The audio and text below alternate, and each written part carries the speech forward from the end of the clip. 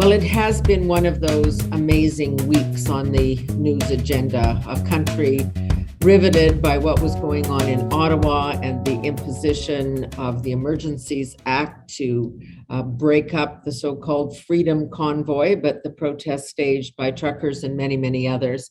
And then at week's end, the Russian invasion of Ukraine, which touches a chord in this country because especially the part of the world that I come from in Saskatchewan, an awful lot of people there with very, very close ties, family connections there. So we are looking at public opinion in Canada this week. We've turned to John Wright, who's been in the industry forever and a day, more than 30 years. He was one of the creators of the Angus Reid Group, the Ipsos brand, et cetera. Now he is the executive vice president of Maru Public Opinion. Looking at social media, distrust of elites, media backlash against globalization. I mean, you name it. It's just how we are reacting in this day and age to almost everything. I do want to mention that one of our connections and the reason we have a friendship here is that he is an honorary colonel in the Royal Canadian Air Force, as was I, and that's a connection and a passion that we both share. So thank you for that work, and thank you for being with us today, John. It's great to be with you, Senator. Nice to see you again. Yeah, it's great to see you. So give us your perspective. I mean, some of us are just kind of reeling. The Ottawa was the center of the universe and the trucks were there and everybody thought the end of the world was nigh. And then the Emergency Measures Act was imposed and there was a huge debate about that. And then we see what goes on in Ukraine in the brutal invasion by Russia. And it kind of puts what we do and what we care about and where we live in a slightly different light. Yeah, but there's a common thread that leads through to all of those things, including what's happened in Europe, and that is the sense that there's an impotency among institutions. We saw what happened in Ottawa, a convoy that was well telegraphed, came into the Ottawa region and sat down those big rigs, and then also had a group head off into Windsor. And there was a sense, I think, a growing sense across this country that the institutions themselves couldn't react to this. I mean, police were seen dancing in the streets. Nobody could seem to do anything. And while you don't want a police state, the reality is that politicians don't direct the police on what to do. It just seemed that there was this growing build within people in the country saying, is this country broken? I mean, this is what we're all about, peace, order, and good government. We got none of it going on at the moment. Then you look to Europe, and we've all seen this telegraph to what's coming. It doesn't matter whether you're an academic or somebody involved in politics or even a bystander. We've known now for weeks what Mr. Putin is going to do. We've never been more connected, more involved communications-wise, from Twitter to TikTok to Facebook to everything else. So we were able to read what was going to happen. And then when it does happen, I've yet to see the polling that I'll get back on Monday to take a look at, but I suspect most people will say, so at the end of the day, we just cancel a bunch of bank accounts. Is this kind of how this all ends up? So there's a sense that when these events take place, people are detached from them. Their institutions are broken, in that there isn't a way in which they can respond to them effectively. So I think that's kind of the mood where we are, even around COVID. Where we've seen, a disparate approach to it. And now all of a sudden everything is lifting and we're not sure whether that's the world we want to walk into or it's going to be okay to do so. So I think all of those things are all tied together into a world that just didn't seem to be there 3 years ago, but is very much there today. I think that's, and you're right. When you look at Ottawa or you look at the scenes out of Ukraine, there is a sense that leadership is missing and that there is, you use the word impotence, and it feels like it. Joe Biden saying, we're going to impose these sanctions. We're not going to send a warm body anywhere near the place, but we're going to impose these sanctions and then we'll take a look at it in a month or two and see if they're working. I mean, really? People are huddled with their, family and their dog and their purse in a subway with no means to last more than 24 hours. Yeah, and especially to the people of Ukraine, for which NATO and the United States and many others said, look, if you get into trouble, we got your back. Well, if this is Yeah. what the back looks like, then Yeah. it raises the whole question about NATO itself and what Yeah. role it does play. Now they're saying, of course, in the latest press conference that they're starting to cut the fine hairs that if there is a cyber attack in Poland for some reason, it knocks out something, whether that constitutes an Article 5 violation and it makes war. I mean, for goodness sake, it's going on right next door. It's already displaced 50,000 refugees. Right. And you know what, kind of, Senator, I have to say a few things, though. I mean, I'm an older person, and so TikTok is usually, for me, looking at people playing Led Zeppelin on guitars because I happen to own a few. But the other thing that social media does is it freeze frames your entire life as to what has gone before, sometimes for years. Now, I don't really have those things because of being a public figure. I didn't want to expose my family or myself to those things. Right. But when I look through TikTok, even in the last few days, I see these young people in the Ukraine who are now in apartments crying. But you flip back just 3 days ago, they were walking in supermarkets, or they were playing with their friends, or they were out, riding their bikes, or doing these sort of things. And the social media brings home a different type of proximity to these people, and yet an artificiality. We don't know what's real. We don't know what isn't. Having said that, when you look at our country and bringing it back to the government and where we are today, and I'm not a partisan. I am not, as you know that. I've Yep. I've lived. I've had I've had the delight of being called a conservative, a liberal, an NDP, and many other names over the course of my career because of calling the polls the way they are. But something has happened in this country in the last few years that I think bears explaining, and that is that you and I know what to run for politics. There are two different seats you look at usually. One is the one you've got, and then the swing seats. And you want to win those swing seats and that's where you target and you place your ads. You put your ballot questions there because they're malleable.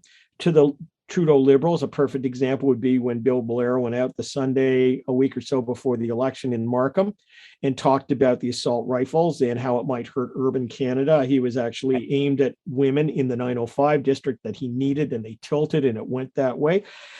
And that's the political landscape the way it is. But by doing that, you end up with between 28 and 32% of the public for any of the parties. You never see the likes of when I started out, I was a parliamentary intern a legislative intern at Queen's Park. Yeah. And that was in 1980 and 81. And those were the giant days. I mean, that's when Mr. Trudeau Sr. was there. That's when Bill Davis and Peter Lougheed and all those were.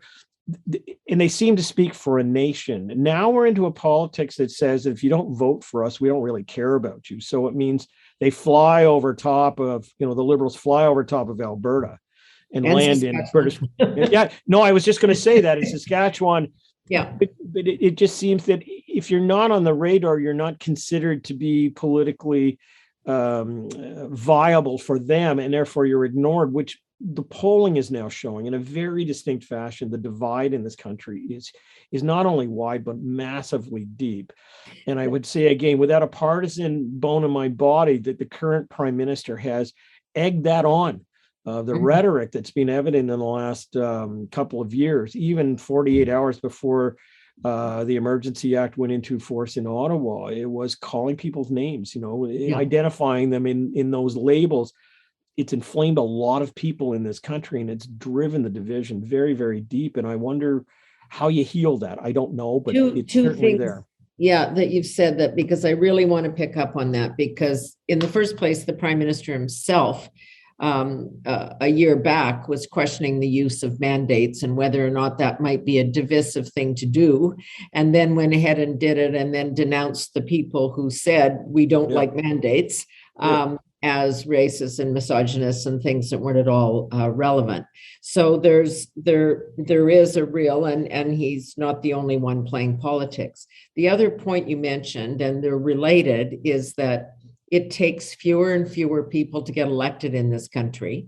Nobody cares about the middle. They just want to secure their base and hope that their base is 2 points higher than the other guys, and that they can get elected with 33 or 34% of the population max, not even 38 or 39, which still isn't a majority.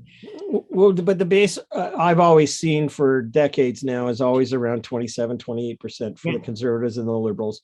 The NDP about 17%. But if you're going to play to the base, then you need 12 more points in order to actually govern a country with some kind of a solid representation across the country. So if you're going to stick to the margins, you're never going to be representative of a larger population. And secondly, I mean, if the dislocation from the West, I mean, has been evident since Peter Lougheed sat at the table and railed against Red Square.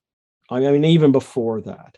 So it's always been baked into Confederation, but there have been prime ministers who have reached across to try and do something there. I wondered why in the showdown over the environment and the attack on the energy prices and all of that, which I fully understand from a policy point of view, that it wasn't met by going into Alberta and the West and saying, we're going to make you the energy capital of the world. We're going to take $20 billion and invest it, and we're going to create new jobs and platforms to make new Teslas and batteries and all that sort of stuff. I mean, for goodness sake, it was next door in British Columbia where they had the batteries for the longest time anyways, but there was no attempt to do that, which then just meant a festering sore grew and grew and grew. Yeah. And I don't understand that. And nothing else is going to be, Yeah, so I don't understand that, but it is where we are today. I don't know how we get out of it, but certainly what we're into now is tribalism, and that's it's hard from a political perspective to claw your way out of that. Well, and the irony, just on the Russian issue again, we are importing oil from Russia. The U.S. is importing oil from Russia. We could have been an answer to that problem today if we had pipelines and a way to get our oil to customers and people that need it.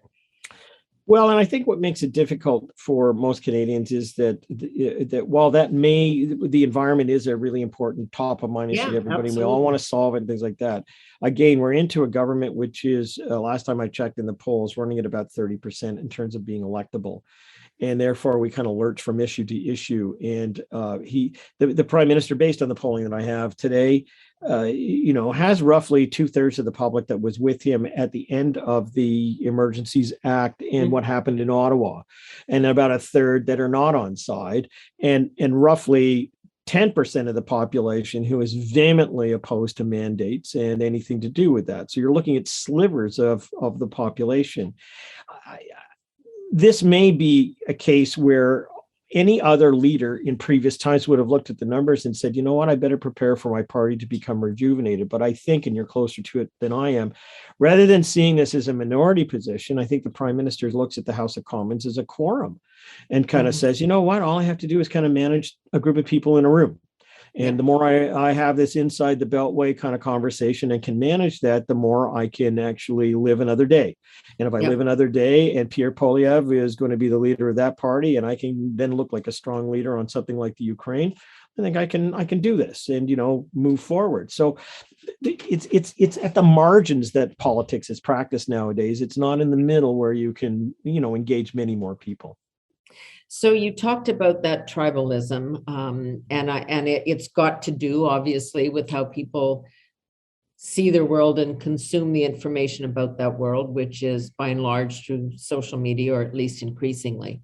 And I mean, it's an obvious thing to state. It's all echo chambers. I mean, if you believe in mandates, then you're really only communicating with people that do, and you're reading that. And if you think this is a violation of your freedom and your very basic civil rights, that's the only people you're talking to and listening. It is very hard to imagine a bridge. Well, and I can go to some personal reflections on it, because I don't just speak about numbers, but my wife comes from the Ottawa Valley, and we were up there this past weekend, and one of the reasons was one of her best friends, her husband's father, passed away from COVID just recently. And the circumstances around it were jarring, because there was a case of a small town, I won't mention it, where the divisions between the masked and the maskless are very, very evident. And the husband came to the son, who they'd worked together on many different things, and started about a year ago to sort of say, have you seen this on social media about this doctor who says that we shouldn't be getting vaccinated? And that's where it kind of became evident, and it grew and grew and grew. He refused to get vaccinated. His daughter, in fact, ensured that that was the case because she has become an advocate for it. The mother and father got COVID 3.5 weeks ago. The mom got through it, over 3 days of sniffles, and the dad was gone, and it was one of those heartbreaking scenes where 24 hours before slipping into a complete coma and dying, he was saying, I wish I'd got it done. But what it spoke to is something that is very foreign to us, even recently, and that is there's a rabbit hole that people are going down, that because of the algorithms of Facebook and social media, they live in their own world, they have their own facts, and it is more evident day in and day out that this is occurring on things like the Ukraine, and certainly among what happened amongst the people and what happened in Ottawa. But I think, Senator, what it's doing, it's creating an ecosystem, not just an echo chamber, an ecosystem, which in the case of the freedom drivers, convoys, whatever you want, those people who were in Ottawa, there is an alternative universe which is now funded. It has its own martyrs. It has its own weaponization of trucks and its belief system. There's a heavy dose of religion, which is also part of this piece. And we're seeing it in many different areas. So it's not just about protests about masks. It's also about how we see the world unfolding and what we think our role is going to be. So the manifestation of social media, which is intersected with a very embedded society where you and I are spending lots of time now, not being with each other, but being, looking at each other and talking at each other, is kind of the way of the world. And you wonder, I said to my wife the other night, if we had not had COVID for the last 2 years, this group of people in this kind of segregation would not have been fueled. It just, parents would still be alive. Others would not be the way they are. But what's happened is we've got all the right combination to which the haters hate more, the lovers love a little less, and then the rest of the people are kind of standing watching what's going on. And I'm not going to be a Pollyanna and say, my goodness, we're all to fear for the world falling apart. But it is what it is. And it's created a lot of wormholes and rabbit holes for people to go down, but now they're ecosystems. And that, I think, is going to fundamentally change our country in terms of how we approach policy issues and other things. What do you think the Prime Minister's motivation was for invoking the never before invoked Emergencies Act? I know that the War Measures Act is a distant historic fact in some minds and not a fact at all in many others. Was it because he had the polling and you've got the same kind of numbers that people wanted a tough reaction to that they wanted to see somebody was in charge? Do you think his own internal polling was telling him that? Because the flip side has been, as you say, the reaction was so strong that he has now created martyrs in the other camp, and a belief, even on the part of many of them, that they forced his hand. Well, I don't know whether or not they do this kind of polling. I know that the kind of polling that I do and release into the public domain with my media partners is the sort of stuff that governments would not be polling on. It's highly more inflammatory, just in terms of getting at this sort of stuff. And I was actually a bit bemused in the fact that 3 days after I put a poll out showing that the majority of people said that their democracy was being threatened, that the Prime Minister himself was using that very language to say our democracy is a threat. So who knows? He may be getting it from just reading it about. But here's what I do know. Number one, there was a sense in this country that the impotence of the institutions was requiring action, and if the Emergencies Act was put in place there, it juxtaposed the convoy, which was a vessel for anger, and the Emergencies Act was a vessel for action. Canadians clearly didn't know what's in it. I mean, mom and pop front porch do not know, yet they supported it. And, in retrospect, it came into being. Within 48 hours, the streets were marched on by the police. 24 hours later, they were dispersed. Guess what? The Emergency Act worked. Even though you might say it didn't, it seems to in the eyes of the public. And in fact, the polling that's been done in the after fact that I've shared with you shows that that 2/3 of the public says, yeah, good job. 75% did, the police did a great job, and 2/3 said that the Emergency Act contributed to doing it. So whether it actually did or not are two different things. I think there's another side to this, though, and that is the pure rhetoric of the moment. I think the Prime Minister practices it. One could say he's a bit of an expert in it because he sticks to a particular set of phrases and a particular set of actions that are couched around very rhetorical lines, and he carried that all the way through. And it sounds terrible to say this, but I think he may be thankful that the page is being turned and we're into the Ukrainian, world situation where he can actually become more worldly. But I think he used it out of a sense that there was a need to be seen, the government was need to be seen to doing something, because the backdrop of it was Parliament Hill. So I was, at the end of the day, the Prime Minister of this country will wear this more than any other politician. It was in his back door. It was on his front lawn. He couldn't come out and say, get off my front lawn. Like, it just didn't happen. So I think his own personal character numbers dropped from about 30% down into the 18%. And while people supported what he did, I think he's had an enormous damage done to him personally. And I don't think it gets you above the 28% in the polls that are there voting for you today. It doesn't take you up that next 15 points that you need to govern a country with a full majority. So I don't think he's recovered from it personally at all. And he had to come back from the 2 weeks of total inaction when nothing was being done, when, it looked as if the federal government was fiddling. I know they're not supposed to instruct the police, but it would have been pretty obvious with a statement from the Prime Minister, which is, or any leader for that matter, is we need some action on this.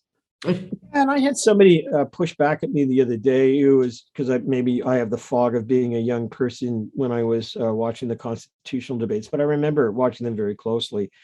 And what I said to them was, look, back in those days, I saw his father stand up in the Jean-Baptiste days. And then I saw his father, and I knew Roy McMurtry and the principals who were involved in the negotiation.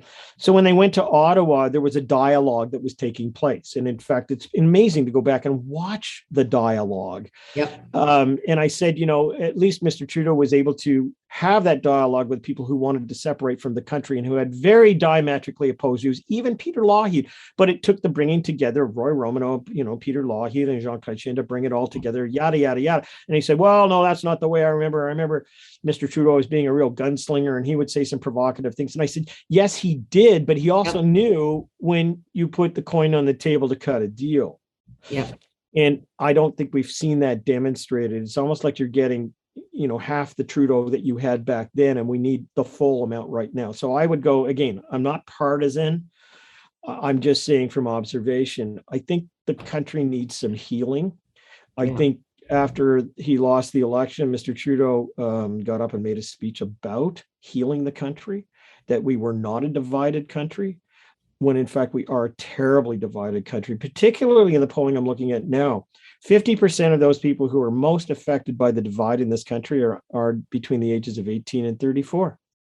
They're young people. They feel disaffected. They feel, cut off from decision making. And I think he might have said this years ago, but it's never been more profound, I think, in the data. And as I said, my colleague, Daryl Bricker, who I worked with for years and years at Ipsos, a dear friend, I talked to the other day because we commiserate back and forth with each other. We're seeing the same thing and would come to the same conclusion. This country is deeply, deeply divided, and there's no sense of healing it. There's just a bunch of tribes. And in order for a country and its institutions to work, we need to do better. But I don't see how we can at the moment. There's just not the right leadership there. I will say this, sorry for going on for so long. But when we get into that circumstance, when there is no leadership, the one striking thing about the poll said that 71% of people in this country would be really willing to have a leader and a party, but primarily a leader committed to strong law and order principles. And when that is thrown into the mix, you and I look to Europe That signals a totally different regime in terms of how you run a country. But there's a mood out here that says if the institutions and the politicians we've got are broken, then we need to bring in something that heals them. And it may not be your kind of healing that we think needs to be done. But that's a mood out there in the public as well. Well, that's the thing. And I mean, you've got populism on both sides of the political spectrum. It's not just the right, although it's easy to use that as a shorthand. And I do think there's something different here. I don't think this is, Trump land north. I think we have a very different set of circumstances. And I said this in the Senate the other night, Canada is kind of an act of faith at the best of times. We've got this east-west configuration that makes no sense because all the tugs and pulls are north-south for family and trade and geography and all of those things. And so you really have to work at it to make this hang together when there's so much pull the other way. And then that's where you see these tribes breaking down and becoming stronger because people are feeling alienated from that.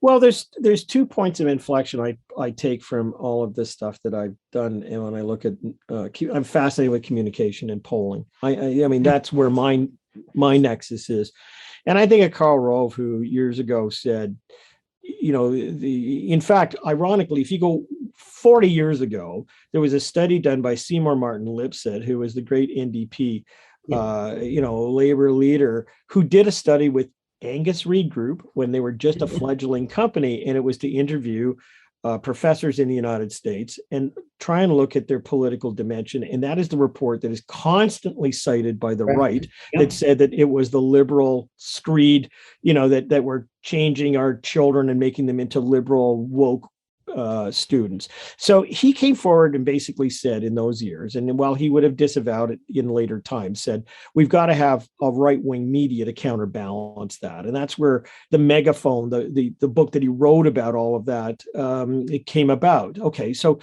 we had that for a period of time. And then you look at the inflection of the Trump election campaign. It also came at the time when Twitter was born. And the study that ties the two of them together was at the end of the Trump campaign.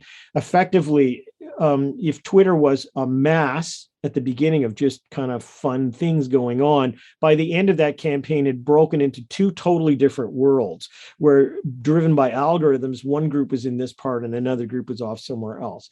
And that effectively, between the Karl Rove book and the building of the alternate media universe, where we now see Tucker Carlson saying things that are of another planet in many ways, and we see this with social media, we've divided our own country, not on a north, south, east, west basis, but on a lateral basis and in a 3-dimensional basis. And so only 10% of people in this country get their news from Twitter. But I would argue that 90% of the journalists in this country use Twitter and spend more time on it than in the outer world. So the social media itself, from Facebook to Twitter to TikTok now, has subdivided the country into these tribes. They're feeding into them. We're seeing it now with the invasion of the Ukraine. We're seeing how Putin talks to his own people about Nazis being in the Ukraine and using that as a wedge. People will look and say, has he lost his rocker? I said, no, he hasn't lost his rocker. He's playing to the audience and he knows what he wants to get. So this is the greater threat, and it's playing into our politics. I don't know how you move forward, but it is what it is, and it's the greatest challenge that we have. Well, it is, and as you say, the role of the media is crucial. I mean, others have speculated about this, but the Ottawa Press Corps lives obviously in Ottawa, so this was a very real thing for them. They were inconvenienced and hampered and maybe even afraid of walking on the streets of their city, whereas a protest in another city or others that we have seen, blockades of railways, didn't touch them in that way. And so it was just simply something that was reported, as opposed to this, in which they became very vested. I think when I first started doing public opinion, Senator, I went to the Angus Reid Group, and there were 33 of us at that company.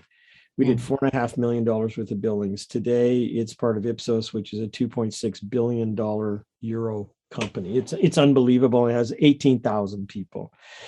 But people don't know this. Angus Reid was actually owned by Southern News at the time. The people who were on the board of directors were Don Babcock out from the Pacific area, Dave Perks, and Russ Mills, and a group of others.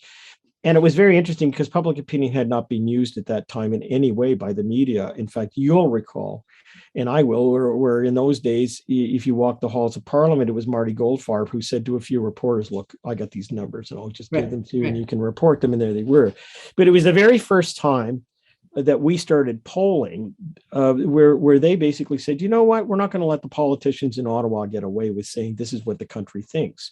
So they would say something, and within, in those days, it used to take us almost a month to turn around an omnibus. Now it takes literally hours, but we would shoot back.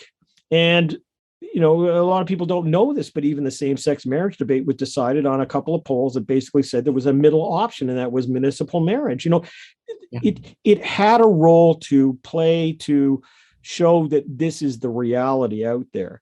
So I like to think that Daryl and I and a few others have carried on that tradition. So I will simply say this to the gallery in Ottawa: 2/3 of the people in this country were and still remain committed to the Emergencies Act. It was not seen as some gross violation of people's rights. It may have had some flaws to it, but it was seen primarily as something that was that people wanted to stop the chaos. And I think it's important to recognize that there is a sound tunnel inside of Ottawa, but now there's a bigger echo chamber within social media. And hopefully the polling that I do and some others, if you're credible at it, they'll look at it and realize that there is another public out there. It's not made up of the 10% who strongly identified with the protest in Ottawa. They may have been very loud voices, but they weren't representative. And I think it's important that the media in Ottawa step out of that cage and realize that they're in a belt and the rest of the country is changing, but it hasn't become incredibly radical. It's made up of a lot of people, or a majority of people, who still want a core of stability, a core of decency, and a core that want their institutions to reflect the ideals of a good working democracy. It's not all bad to them. And I think it's important for them to realize that that is the real voice of Canada at the moment, and not the sliver of Twitter that seems to be really loud at the moment. What do you make of the results that you've had over the last week, which is Canadians want a strong leader? They're prepared to see some tough action on the streets, cops using, you know, shields or batons or horses or whatever it is. But on the other hand, they're kind of embarrassed and ashamed of what they saw going on. Like, what do those two things tell you? It says two things. Number one is the precarious nature of the Liberal Party and its hold on power in this country. The best thing the Liberals have going for them is the tribalism of the Conservatives. If I'd received the policy doctrine paper of the Conservative Party in the last election, I and a couple of others could have gone through with 5 sticky tabs and said, "Don't say this."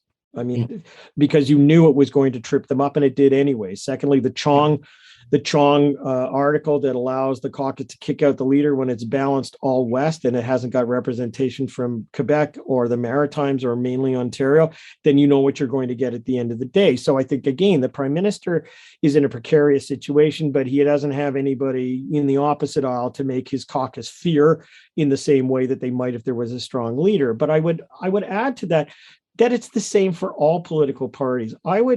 What I see coming out of COVID is a very surly Canadian public. My good friend Matt Gurney and I have been trading on this now for months and months and months. And that is that you can see the anger and the frustration and the anxiousness and the fear among the vast majority of Canadians. And that can be released in different ways. Thank goodness most Canadians are kind of like, well, I'll take that out, you know, playing my bass guitar loud with headphones on instead of on the front lines of a protest.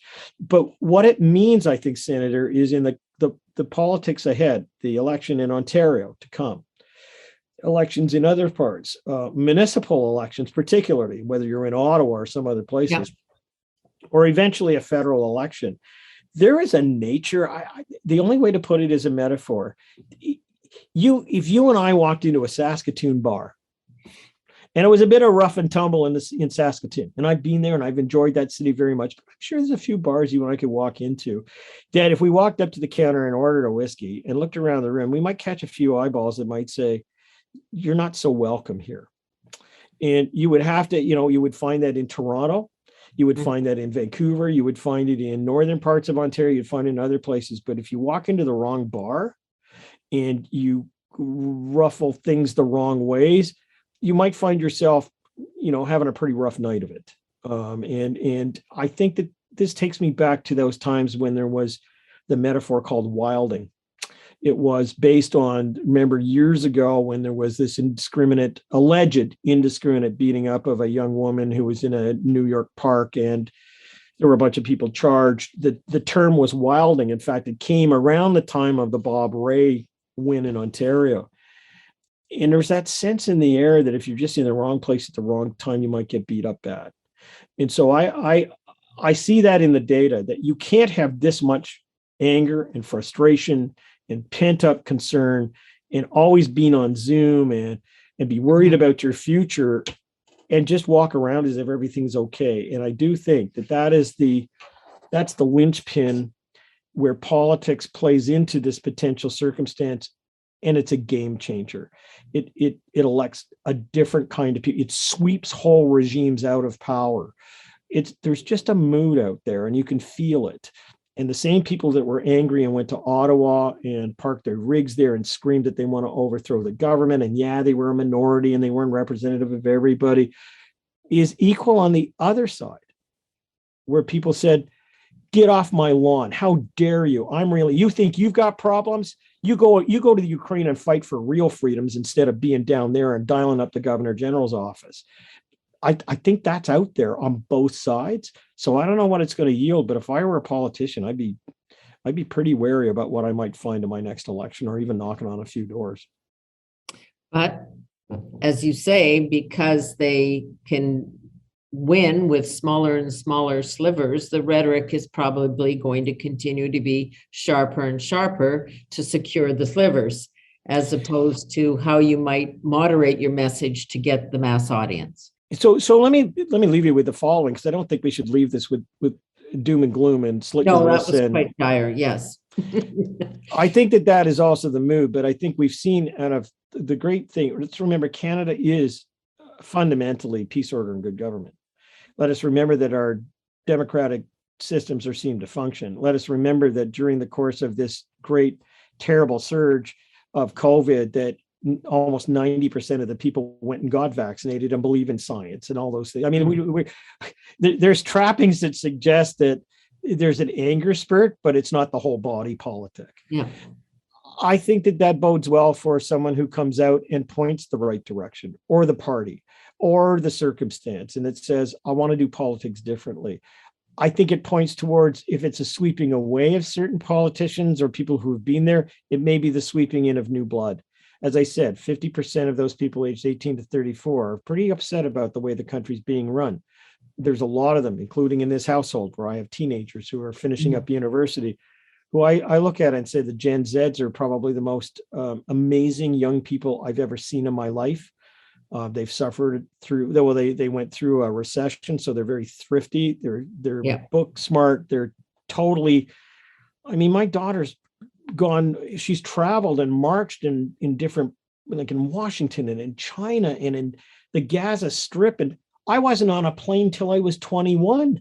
Yeah. Like she's been, so underneath all of this, I think, is something to be resolutely hopeful about, and that the turnover will be the next election campaigns.